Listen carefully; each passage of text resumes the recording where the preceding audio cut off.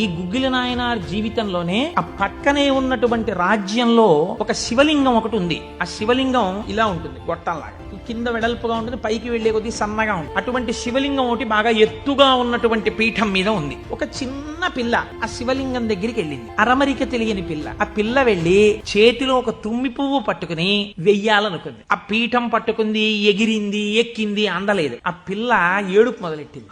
ఏడుపు మొదలెట్టి శివా శివా నువ్వు నాకు అందట్లేదు, పువ్వు ఎలా వేయనంది. శంకరుడు ఆ భక్తికి పరవశించిపోయి వెంటనే ఇలా ఉన్న శివలింగం ఇలా వంగిపోయి, ఇలా వంగిపోతే ఆ పిల్లకేం తెలుసు శివలింగం వంగిపోయింది నా కోసం అనేది. చిన్నపిల్ల పొంగిపోయి తప్పట్లు కొట్టేసి కాసేపు ఆడేసి 2 పువ్వులు వేసేసి వెళ్ళిపోయింది.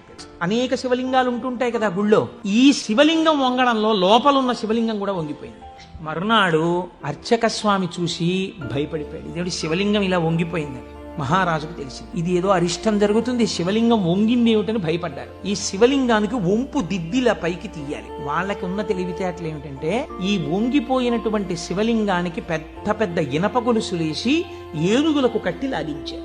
ఈ వంగిపోయిన శివలింగాన్ని ఇనప గొలుసులో పెట్టి ఏనుగులు లాగుతుంటే గొలుసులు తెగిపోయాయి, శివలింగం వంపు దిద్దబడలేదు. ఇది ఎవరో గుగ్గిల నాయనారికి చెప్పారు. శివలింగం వంగిందిట, ఇనప గొలుసులేసి లాగుతున్నారట, లాగుతుంటే గొలుసులు తెగిపోతున్నాయిట. ఆయన ఎంత బాధపడిపోయి కింద పడి ఏడిచి దొల్లేశాడు. శంకరా మీ కంఠానికి ఇనప గొలుసులేసి ఏనుగులతో లాగారా, ఎంత ఒరిసిపోయిందో ఆ కంఠం అని.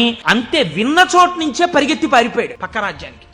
పారిపోయి గుళ్ళోకెళ్ళి అన్నం లేదు, నీళ్లు లేవు, ఒగరుస్తూ ఒంటి నిండా చెమటలు పట్టుకుని ఈశ్వరా మీకు జరిగినటువంటి అపరాధం నా శరీరమునకు పొందేటటువంటి ఖేదంతో పోవాలని మీ వంపు దిద్దడం కాదు, మీ వంపు దిద్దడానికి మీకు ఇనప గొలుసు లేచి లాగినప్పుడు మీ కంఠం నొక్కుకుని ఉంటుంది, ఆ శిక్ష నేను అనుభవిస్తానని ఒక గొలుసు తన మెడలో ఉన్నటువంటి గొలుసుని శివలింగపు వంపుకేసి గట్టిగా లాగాడు. తన కంఠం ఒరిసిపోయి తెగాలని. తన కంఠం తెగలేదు, శివలింగం వంపు ఇలా పైకి లేదు. ఆ వంపు దిద్దినటువంటి వాడు గుగ్గిల నాయనార్. శివపురాణం చెప్పుకుంటూ నాయనార్ల చరిత్రని అనుసంధానం చేసి ఉత్తరాయణ పుణ్యకాలంలో నాయనార్ల గురించి వింటే పార్వతీ సహితుడైనటువంటి ఆ పరమశివుడు పొంగిపోయి పరవశించిపోతాడు.